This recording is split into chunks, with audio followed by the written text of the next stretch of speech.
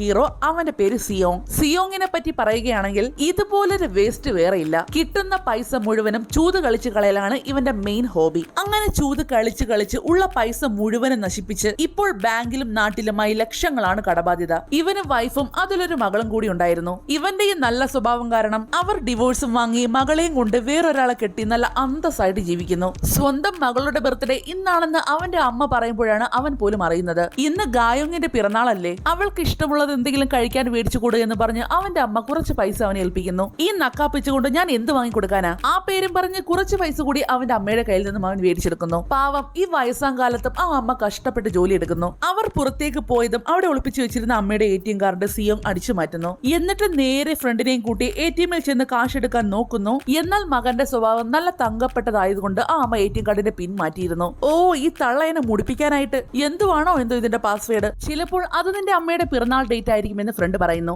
എന്നാലും അമ്മയുടെ ബർത്ത്ഡേ അറിഞ്ഞാലല്ലേ ആ നമ്പർ അടിച്ചു കൊടുക്കാൻ പറ്റൂ. സിയോങ് ആണെങ്കിൽ തല പോകാൻ ആലോചിച്ച് അവസാനം അമ്മയുടെ ബർത്ത്ഡേയുടെ ഡേറ്റും കണ്ടുപിടിച്ച് അടിച്ചു കൊടുക്കുന്നു. എന്നാൽ അതും തെറ്റ്. ഇനി ഒരു തവണ കൂടി മാത്രമേ പിൻ അടിക്കാൻ സാധിക്കൂ. സിയോങ് ആണെങ്കിൽ രണ്ടും കൽപ്പിച്ച് ഒരു പിന്നങ്ങ് അടിച്ചു കൊടുക്കുന്നു. അത് കറക്റ്റ് ആവുകയും ചെയ്തു. ഇത് കണ്ടിട്ട് നീ എന്താ അടിച്ചു കൊടുത്തതെന്ന് ഫ്രണ്ട് ചോദിക്കുന്നു. എന്റെ അമ്മയ്ക്ക് എന്നെക്കാളും വേവലാതി പേരക്കുട്ടിയോടായതുകൊണ്ട് തന്നെ അവളുടെ ബർത്ത്ഡേ ആയിരുന്നു പിൻകോഡ്. അങ്ങനെ കഷ്ടപ്പെട്ടെടുത്ത ആ പൈസയും കൊണ്ട് അവൻ നേരെ പോകുന്നത് കുതിരപ്പന്തയം വെക്കാനാണ്. അവൻ ആദ്യം 9 എന്ന നമ്പർ സെലക്ട് ചെയ്ത് പന്തയം വെക്കുന്നു. എന്നാൽ അത് വൻ പരാജയമായിരുന്നു. അടുത്ത റൗണ്ടിന് വേണ്ടി നമ്പർ സെലക്ട് ചെയ്യാനുള്ള ടെൻഷനിലാണ് പുള്ളി. 6, 8 എന്നീ 2 നമ്പറുകൾ അവൻ സെലക്ട് ചെയ്യുന്നു. അവന്റെ സമയമെന്നല്ലാതെ എന്ത് പറയാൻ, കൃത്യമായി ആ നമ്പേഴ്സ് തന്നെ വിൻ ചെയ്യുന്നു. സമ്മാനത്തുകയായി 45,60,000 വോൺ ആണ് നമ്മുടെ സിയോങ്ങിന് കിട്ടുന്നത്. ആ സന്തോഷത്തിൽ കാഷ് കൗണ്ടറിൽ ഇരിക്കുന്ന പെണ്ണിന് ഒരു 10,000 വോൺ എടുത്ത് ഫ്രീ ആയിട്ട് കൊടുക്കുന്നു. ശേഷം പുറത്തേക്ക് ഇറങ്ങി തന്റെ മകളെ വിളിച്ച് ഇന്ന് നൈറ്റ് അച്ഛന്റെ വക ഒരു സർപ്രൈസ് ഉണ്ട്, കൃത്യം 7 മണിയാവുമ്പോൾ നമുക്ക് കാണാം, മോളെ ഞെട്ടിക്കുന്ന ഒരു സർപ്രൈസ് ആയിരിക്കും അച്ഛൻ കൊണ്ടുവരുന്നത് എന്നൊക്കെ വിളിച്ച് പറയുന്നുണ്ട്. അന്നേരമാണ് ഇവൻ കടം മേടിച്ച് കുറെ പേര് സിയോങ്ങിനെ അവിടെ വെച്ച് കാണുന്നത്.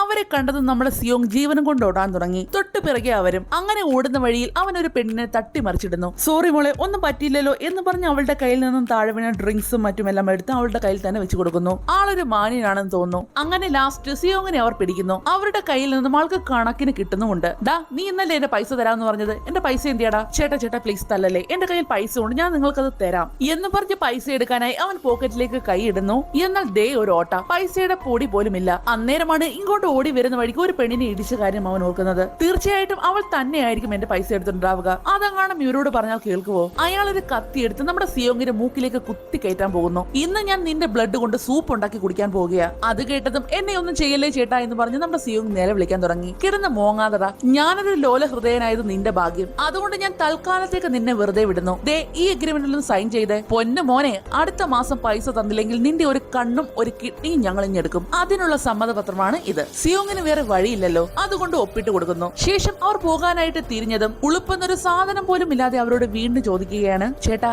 കാശുണ്ടെങ്കിൽ ഒരു 10,000 വോൺ കാണുമോ കുടുംബക്കാരെ പറയിപ്പിക്കാനായിട്ട്? ഇപ്പോൾ കയ്യിൽ 10ന്റെ പൈസ ഇല്ല. അവൻ നേരെ ആ ക്യാഷ് കൗണ്ടറിലേക്ക് ചെന്ന്, മോളെ ചേട്ടനൊരു 10,000 വോൺ തന്നില്ലേ, അതിങ്ങ് തിരിച്ചു തരുവോ എന്ന് ചോദിക്കുന്നു. ഓരോരോ ഗതികേടെ ആ 10,000 വോൺ വെച്ച് അവനൊരു ഗെയിം കളിക്കുകയാണ്. അതിൽ വിൻ ചെയ്താൽ ഫ്രീ ആയിട്ട് ഗിഫ്റ്റ് ഒക്കെ കൊണ്ടുപോകാം. സിയോങ് എത്രയൊക്കെ ശ്രമിച്ചിട്ടും അവൻ ഒന്നും കിട്ടുന്നില്ല. ഇതെല്ലാം അടുത്ത് നിന്ന് ദേ ഈ ചെറുക്കൻ കണ്ടുകൊണ്ട് നിൽക്കുകയാണ്. ചേട്ടൻ അതിൽ ശ്രദ്ധിച്ച് ചെയ്യും, എന്നാലേ ഈ ഗെയിമിൽ ജയിക്കാൻ പറ്റൂ എന്ന് പറഞ്ഞ് അവന്റെ കയ്യിലുള്ള ഒരു കവർ കാണിച്ചു കൊടുക്കുന്നു. അതിൽ നിറയെ അവൻ വിൻ ചെയ്തെടുത്ത പാവകളാണ്. സിയോങ് ഒന്നും ആലോചിച്ചില്ല, അവനെ കൊണ്ട് തന്നെ കളിപ്പിക്കുന്നു. ആ ചെറുക്കൻ നല്ലതുപോലെ കളിച്ച് ഒരു ഗിഫ്റ്റും അവനെടുത്ത് കൊടുക്കുന്നു. ആള് നല്ല ഹാപ്പി. അങ്ങനെ രാത്രി പറഞ്ഞതുപോലെ തന്നെ 7 മണിയായപ്പോൾ മകളെയും കൊണ്ട് ഡിന്നറിന് പോകുന്നു. അവളോട് പറഞ്ഞ ഫുഡ് മേടിച്ചു കൊടുക്കാൻ പൈസ ഇല്ലാത്തത് കൊണ്ട് തന്നെ ഒരു ലോക്കൽ ഫുഡാണ് മേടിച്ചു കൊടുക്കുന്നത്. അപ്പോഴാണ് സിയോങ്ങിന്റെ മുഖത്തെ പാട അവൾ ശ്രദ്ധിക്കുന്നത്. അത് അച്ഛനെ ഒരു വലിയ കൊതുക് കടിച്ചതാണെന്ന് പറയുന്നു. എന്നാൽ അച്ഛന്റെ മോളല്ലേ, അവൾക്കെല്ലാം മനസ്സിലായി.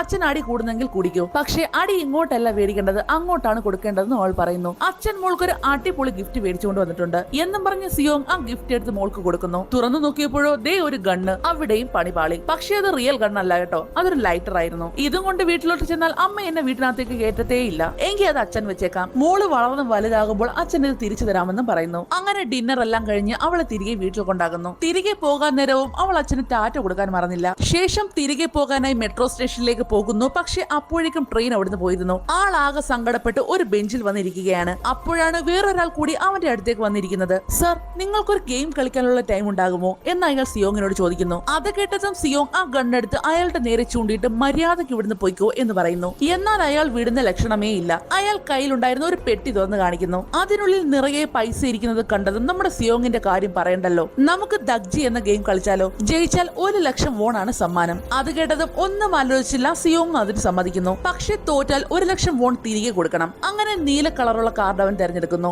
ഈ ദഗ്ജി ഗെയിം എന്ന് വെച്ചാൽ തറയിൽ വെച്ചിരിക്കുന്ന കാർഡ് മറ്റേയാൾ തന്റെ കയ്യിലുള്ള കാർഡ് വെച്ച് അതിന് മുകളിൽ അടിച്ച് രണ്ടാമത്തെ കാർഡ് തിരിച്ചിടണം. എന്നാൽ മാത്രമേ കളി ജയിക്കൂ. ആദ്യത്തെ ചാൻസ് നമ്മുടെ സിയോങ്ങിനാണ്. അവൻ സർവ്വശക്തിയും എടുത്ത് അവന്റെ കാർഡ് കൊണ്ട് ആഞ്ഞ് മറ്റേ കാർഡിലേക്ക് അടിക്കുന്നു. എന്നാൽ രണ്ടാമത്തെ കാർഡ് അതുപോലെ തന്നെ തറയിൽ കിടപ്പുണ്ട്. ഫസ്റ്റ് റൗണ്ടിൽ തന്നെ സിയോങ് തോറ്റുപോകുന്നു. അടുത്ത ചാൻസ് അയാളുടേതാണ്. അയാൾ കൃത്യമായി ആ കാർഡ് മറിച്ചിടുകയും ചെയ്യുന്നു. സിയോങ്ങിന്റെ വളിച്ച ചിരി കണ്ടപ്പോഴേ മനസ്സിലായി അവന്റെ കയ്യിൽ കാശില്ലെന്ന്. കയ്യിൽ കാശില്ലെങ്കിൽ ശരീരം വെച്ച് വീട്ടിയാൽ മതിയെന്ന് അയാൾ പറയുന്നു. ശരീരം വെച്ചോ? അതെങ്ങനെ? അയാൾ ഒരു ഒറ്റയടി നമ്മുടെ സിയോങ്ങിന്റെ മുഖത്ത് കൊടുക്കുന്നു. ഒരടിക്ക് 1,00,000 വോൺ. സിയോങ്ങിനാണെങ്കിൽ ദേഷ്യം ഇങ്ങോട്ട് ഇരച്ചു കയറാൻ തുടങ്ങി. എങ്കിൽ വാ, ഒരു കൈ കൂടി നോക്കാം. നിനക്ക് ഈയടി ഞാൻ തിരിച്ചു തന്നിട്ടേ അടങ്ങൂ എന്ന് പറഞ്ഞ് വാശിക്ക് ചറപറ എറിയുന്നു. അതുപോലെ തന്നെ ചറപറ അടിയും മേടിച്ചു കൂട്ടുന്നു. അങ്ങനെ നീണ്ട പരിശ്രമങ്ങൾക്കൊടുവിൽ ഒരെണ്ണം നമ്മുടെ സിയോങ് ജയിക്കുന്നു. ഒരു യുദ്ധം ജയിച്ച ഫീൽ ആയിരുന്നു അവന്. ഇങ്ങ് വാടാ, നിന്നെ ഇപ്പോ ശരിയാക്കി തരാമെന്ന് പറഞ്ഞ് സിയോങ് അയാളെ അടിക്കാനായിട്ട് കൈ ഉയർത്തുന്നു. എന്നാൽ ആ മനുഷ്യൻ സിയോങ്ങിന്റെ കൈ തടഞ്ഞിട്ട് എന്റെ കയ്യിൽ പൈസ ഉണ്ട് എന്ന് പറഞ്ഞ് 1,00,000 വോൺ അവന് കൊടുക്കുന്നു. കുറച്ച് അടി കിട്ടിയാലെന്താ, പൈസ കിട്ടിയില്ലേ?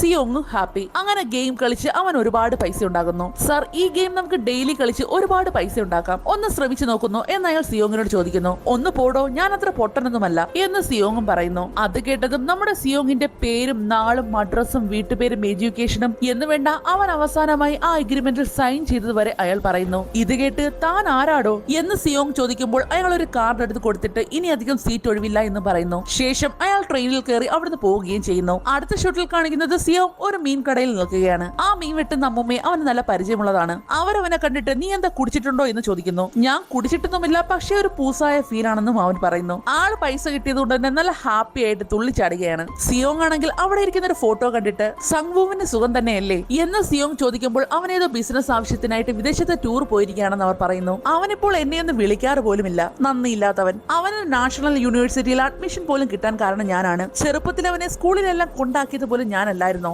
അതൊക്കെ പറഞ്ഞ് സെന്റി അടിക്കുകയാണ് നമ്മുടെ സിയോങ്. അവന്റെ സെന്റി താങ്ങാൻ പറ്റാത്തത് കൊണ്ട് തന്നെ അമ്മമ്മ മീനും കൊടുത്ത് അവനെ പറഞ്ഞയക്കുന്നു. പോകുന്ന വഴിക്ക് ഒരു കഷ്ണം മീൻ ഒരു പൂച്ചയ്ക്ക് ഇട്ട് കൊടുത്തിട്ട് നന്നായി കഴിച്ചോണം, ഇതേ ഞാൻ നല്ലതുപോലെ ചെപ്പാക്കോറ്റിക്ക് അടിവേടിച്ചുണ്ടാക്കിയ പൈസയാണ്. അതും പറഞ്ഞ് പൂച്ചയെ കൊഞ്ചിച്ച ശേഷം അവൻ അവിടുന്ന് പോകുന്നു. വീട്ടിൽ ചെന്ന് അവൻ അതിൽ നിന്നും കുറെ പൈസ അമ്മയ്ക്ക് കൊടുക്കുന്നു. അതുകൊണ്ടതും നീ എന്താ വീണ്ടും പന്തയം വെച്ചോ, അതോ നീ ഇതെവിടെന്നെങ്കിലും കട്ടതാണോ, നിന്റെ മുഖത്തെല്ലാം എന്താ ഇത്ര പാട്, അങ്ങനെ 100 ചോദ്യം ചോദിക്കുന്നു. അത് കേട്ട് ഇത് ഞാൻ കട്ടതും പന്തയം വെച്ചതും ഒന്നുമല്ല, നല്ല അന്തസ്സായിട്ട് കൈയും മുഖവും വെച്ചുണ്ടാക്കിയ പൈസയാണെന്നും പറയുന്നു. നീ നിന്റെ മോൾക്ക് ഫുഡ് മേടിച്ചു കൊടുത്തിരുന്നോ? അന്നേരം അവൾ നിന്നോട് വല്ലതും പറഞ്ഞായിരുന്നോ എന്ന് ആ അമ്മ അവനോട് ചോദിക്കുന്നു. ഇല്ല, അവൾ എന്നോടൊന്നും പറഞ്ഞില്ല. എന്താ? അവളുടെ രണ്ടാനച്ഛന് അമേരിക്കയിൽ എന്തോ ജോലി ആയിട്ടുണ്ടത്രേ, അതുകൊണ്ട് അടുത്ത വർഷം എല്ലാവരും കൂടി അമേരിക്കയിലേക്ക് താമസം മാറുവാണെന്ന്. നീ ഇങ്ങനെ തിന്നും കുടിച്ചും എവിടിരുന്നോ? നിനക്ക് നിന്റെ മോളെ കാണാതെ ജീവിക്കാൻ പറ്റുവോടാ? നിയമപരമായി എന്തെങ്കിലും ചെയ്ത് നീ നിന്റെ കൊച്ചിനെ മേടിച്ചെടുക്കാൻ നോക്ക് എന്ന് പറഞ്ഞ് സങ്കടപ്പെട്ട് ആ അമ്മ അവിടുന്ന് പോകുന്നു. ഉറങ്ങാൻ കിടന്ന സിയോങ് ആണെങ്കിൽ മകളുടെ ഫോട്ടോയിൽ നോക്കി കിടക്കുകയാണ്. അപ്പോഴാണ് അവൻ ആ കാർഡിനെ പറ്റി ഓർമ്മ വരുന്നത്. എങ്ങനെയും പൈസ ഉണ്ടാക്കണം. അതുകൊണ്ട് തന്നെ അവൻ ആ കാർഡിൽ കൊടുത്തിരിക്കുന്ന നമ്പറിലേക്ക് വിളിക്കുന്നു. അപ്പോൾ നിങ്ങൾക്ക് ഗെയിമിൽ പങ്കെടുക്കാൻ താല്പര്യമുണ്ടെങ്കിൽ നിങ്ങളുടെ പേരും ജനന തീയതിയും പറയാൻ അവർ പറയുന്നു. അടുത്ത ഷോട്ടിൽ സിയോങ് ആരെയോ കാത്തു നിൽക്കുകയാണ്. അന്നേരമാണ് ഒരു വാൻ അവന്റെ അടുത്തേക്ക് വരുന്നത്. ഒരു പ്രത്യേകതരം ഡ്രസ്സും മുഖമൂടിയൊക്കെ വെച്ചാലാണ് വണ്ടി ഓടിക്കുന്നത്. അയാൾ സിയോങ്ങിനോട് പാസ്വേഡ് പറയാൻ പറയുന്നു. പച്ച ലൈറ്റ്, ചുവന്ന ലൈറ്റ്, അതാണ് പാസ്വേഡ്. അത് സിയോങ് പറഞ്ഞതും അയാൾ കാറിന്റെ ഡോർ തുറന്നു കൊടുക്കുന്നു. ആ കാറിനുള്ളിലാണെങ്കിൽ വേറെയും ഒരുപാട് പേരുണ്ടായിരുന്നു. എല്ലാവരും നല്ല ഉറക്കത്തിലാണ്. അതുകൊണ്ട് എല്ലാവർക്കും നല്ല ക്ഷീണം കാണുമല്ലേ, എല്ലാവരും നല്ല ഉറക്കമാണല്ലോ എന്ന് അവൻ ചോദിക്കുന്നു. അടുത്ത നിമിഷം തന്നെ ഒരു തരത്തിലുള്ള വെള്ളപ്പുക വന്ന് കാറ് മുഴുവൻ നിറയുന്നു. അപ്പോൾ തന്നെ സിയോങ്ങും മയങ്ങി വീഴുന്നു. ശേഷം അയാൾ ആ കാറുമായിട്ട് അവിടുന്ന് പോവുകയാണ്. അടുത്ത ഷോട്ടിൽ കാണിക്കുന്നത് സിയോങ്ങിനെയാണ്. ഒരു പാട്ട് കേട്ടാണ് അവൻ ഉറക്കം എഴുന്നേൽക്കുന്നത്. ഏത് സ്ഥലത്താണെന്ന് പോലും അവൻ അറിയില്ല. ഒരു വലിയ റൂം, ആ റൂമിൽ ഒരു 10-200 പേർ അവനെ പോലെ തന്നെ ഉറക്കം എഴുന്നേൽക്കുന്നു. ഇതെല്ലാം ആരൊക്കെയോ CCTV കൂടി വാച്ചും ചെയ്യുന്നുണ്ട്. എല്ലാവരും നേരത്തെ കണ്ട ആളെ പോലെ തന്നെ ഒരു ചുവന്ന ഡ്രസ്സ് മുഖംമൂടിയും വെച്ചിട്ടുണ്ട്. ദേ, ഈ ബ്ലാക്ക് ഡ്രസ്സ് മുഖംമൂടിയും വെച്ചേക്കുന്ന ആളാണ് ഇതിന്റെ എല്ലാം മെയിൻ. സിയോങ് ഉൾപ്പെടെ എല്ലാവരും ഒന്നും മനസ്സിലാകാതെ നിൽക്കുകയാണ്. ആകെ 456 പേരാണ് അവിടെയുള്ളത്. അതിൽ തന്നെ 456ാമത്തെ ആളാണ് സിയോങ്. ഒന്നാമത്തെ ആള് ദേ ഈ അപ്പൂപ്പനാണ്. അവർ രണ്ടുപേരും തമ്മിൽ സംസാരിച്ചുകൊണ്ട് നിൽക്കുമ്പോഴാണ് അവിടെ ഒരു അടി നടക്കുന്നത്. ദേ ഒരുത്തൻ ഒരു പെണ്ണിനെ ഇടിക്കുന്നു. ഇവള് മനസ്സിലായില്ലേ, ഇവളാണ് ആദ്യം സിയോങ്ങിന്റെ കുതിരപ്പന്തയം വെച്ച പൈസ അടിച്ചെടുത്തത്. നീ ഇവിടെയും വന്നോ? 2 ഇടി കിട്ടിയാലും നീ പിന്മാറില്ലെന്ന് എനിക്കറിയാം. ഞാൻ നിനക്ക് ആവശ്യമുള്ള എല്ലാം തന്നിട്ടും നീ എന്നെ പിന്നിൽ നിന്ന് കുത്തിയില്ലേ എന്ന് അയാൾ ചോദിക്കുന്നു. ചോദിക്കുന്നു. അത് കേട്ട് തരാനുള്ളതിനേക്കാൾ കൂടുതൽ താൻ എന്നിൽ നിന്നും തട്ടിയെടുത്തില്ലേ? എനിക്ക് സ്വാതന്ത്ര്യം വേണമായിരുന്നു, അതുകൊണ്ടാണ് ഞാൻ ഓടിപ്പോയതെന്നും അവൾ പറയുന്നു. ദേ ഈ പെണ്ണാണ് ഈ സീരീസിലെ ഹീറോയിൻ. അവളുടെ പേര് ബിയോക്. നിനക്ക് സ്വാതന്ത്ര്യം വേണമല്ലേ? അതും പറഞ്ഞ് അയാൾ വീണ്ടും അവളെ തല്ലുന്നു. അപ്പോഴാണ് നമ്മുടെ സിയോങ് അവളെ കാണുന്നത്. അവൻ ഓടി വന്ന് അയാളെ തട്ടിമറിച്ചിട്ടിട്ട് എന്റെ പൈസ എന്തിയടി, മര്യാദയ്ക്ക് എന്റെ 45 ലക്ഷം വോൺ എനിക്ക് തിരിച്ചതാ എന്നും പറഞ്ഞ് അവളെ ചോദ്യം ചെയ്യാൻ തുടങ്ങുന്നു. ആ വില്ലനാണെങ്കിൽ ഇങ്ങോട്ട് ഓടി വന്ന് നീ ആരാടാ, നിനക്ക് ഇവളുമായിട്ട് എന്താ ഇടപാട് എന്നും പറഞ്ഞ് സിയോങ്ങിനെ അടിക്കാനിട്ട് ഓട്ടിക്കുന്നു. അയ്യോ ആരെങ്കിലും വന്നെ രക്ഷിക്കണേ രക്ഷിക്കണേ എന്ന് പറഞ്ഞ് അവൻ വിളിച്ചു പോകുന്നു. അന്നേരമാണ് ചുവന്ന ഡ്രസ്സ് മുഖംമൂടിയൊക്കെ ഇട്ട് കുറെ പേര് അങ്ങോട്ടേക്ക് വരുന്നത്. എല്ലാവരെയും ഞങ്ങൾ ഇവിടേക്ക് ഹാർദവമായി സ്വാഗതം ചെയ്യുന്നു. എല്ലാവരും 6 ദിവസം 6 വ്യത്യസ്ത ഗെയിമുകൾ കളിക്കേണ്ടി വരും. 6 ഗെയിമിലും ജയിക്കുന്നവർക്ക് നല്ലൊരു ക്യാഷ് പ്രൈസും കിട്ടുന്നതാണെന്നും അയാൾ പറയുന്നു. അത് കേട്ട് ഞങ്ങളെ ബോധം കെടുത്തി തട്ടിക്കൊണ്ട് വന്ന് പൂട്ടിയിട്ടു, എന്നിട്ട് ഞങ്ങൾ നിങ്ങളെ എങ്ങനെ വിശ്വസിക്കുമെന്ന് അതിലൊരാൾ അവരോട് ചോദിക്കുന്നു. അത് കേട്ട് അവരൊരു വീഡിയോ ഫയൽ പ്ലേ ചെയ്ത് കാണിക്കുന്നു. അതിൽ നമ്മുടെ സിയോങ് അടി മേടിച്ച് പൈസ ഉണ്ടാക്കിയതുപോലെ തന്നെ ഇങ്ങേരും അടി മേടിച്ച് പൈസ ഉണ്ടാക്കുന്നത് കാണാം. അയാൾ മാത്രമല്ല അവിടെയുള്ള സകല ആൾക്കാരും അതുപോലെയാണ്. എല്ലാവരും ലക്ഷങ്ങളും കോടികളും നഷ്ടപ്പെട്ട് കടക്കണിയിലായവരാണ്. അങ്ങനെയുള്ള ആൾക്കാരെ നോക്കിയാണ് അവർ സെലക്ട് ചെയ്തതും. നിങ്ങളെ ഞങ്ങൾ ആദ്യം കാണാൻ വന്നപ്പോൾ ആരും ഞങ്ങളെ വിശ്വസിച്ചില്ല, എന്നാൽ നിങ്ങളുടെ മുന്നിൽ വെച്ച് തന്നെ ഗെയിം കളിച്ച് പണം തരികയും ചെയ്തു. അതുകൊണ്ടല്ലേ നിങ്ങൾ എല്ലാവരും ഇങ്ങോട്ടേക്ക് വന്നത്. ഞങ്ങൾ നിങ്ങൾക്ക് ഒരു അവസരം കൂടി തരാം. വീണ്ടും ആ നശിച്ച നിങ്ങളുടെ പഴയ ജീവിതത്തിലേക്ക് തിരിച്ചു പോകണോ, അതോ ഞങ്ങൾ തരുന്ന ഓഫർ സ്വീകരിക്കുന്നോ എന്നവർ എല്ലാവരോടും ചോദിക്കുന്നു. അത് കേട്ട് ഞങ്ങൾ എന്ത് തരം ഗെയിമാണ് കളിക്കേണ്ടതെന്ന് അതിലൊരാൾ ചോദിക്കുന്നു. ഗെയിമിൽ സത്യസന്ധമായി കളിക്കാനും കള്ളക്കളികളൊന്നും ഉണ്ടാകാതിരിക്കാനും വേണ്ടി ഞങ്ങൾ സമയമാകുന്നത് വരെ അതിനെപ്പറ്റി ഒന്നും പറയില്ല എന്നും അവർ പറയുന്നു. നമ്മുടെ സിയോങ്ങിന്റെ സംശയം എന്താണെന്ന് വെച്ചാൽ എത്രയാണ് സമ്മാനത്തുക എന്നാണ്. അതിന് അവരൊരു പിഗ്ഗി ബാങ്ക് ഡിസ്പ്ലേ ചെയ്യുന്നു. ഓരോ റൗണ്ടും നിങ്ങൾ നേടുന്ന പണം ഇതിൽ നിക്ഷേപിക്കുന്നതാണ്. ആദ്യത്തെ ഗെയിം അവസാനിച്ചതിന് ശേഷം മാത്രമേ ഞങ്ങൾ സമ്മാനത്തുക പരസ്യപ്പെടുത്തൂ എന്നും അവർ പറയുന്നു. ശേഷം എല്ലാവരും എഗ്രിമെന്റിൽ സൈൻ ചെയ്യുന്നു. അങ്ങനെ ഇപ്പോൾ ഗെയിം തുടങ്ങാൻ പോവുകയാണ്. അതിന് മുന്നേ തന്നെ എല്ലാവരുടെയും ഫോട്ടോസും എടുക്കുന്നുണ്ട്.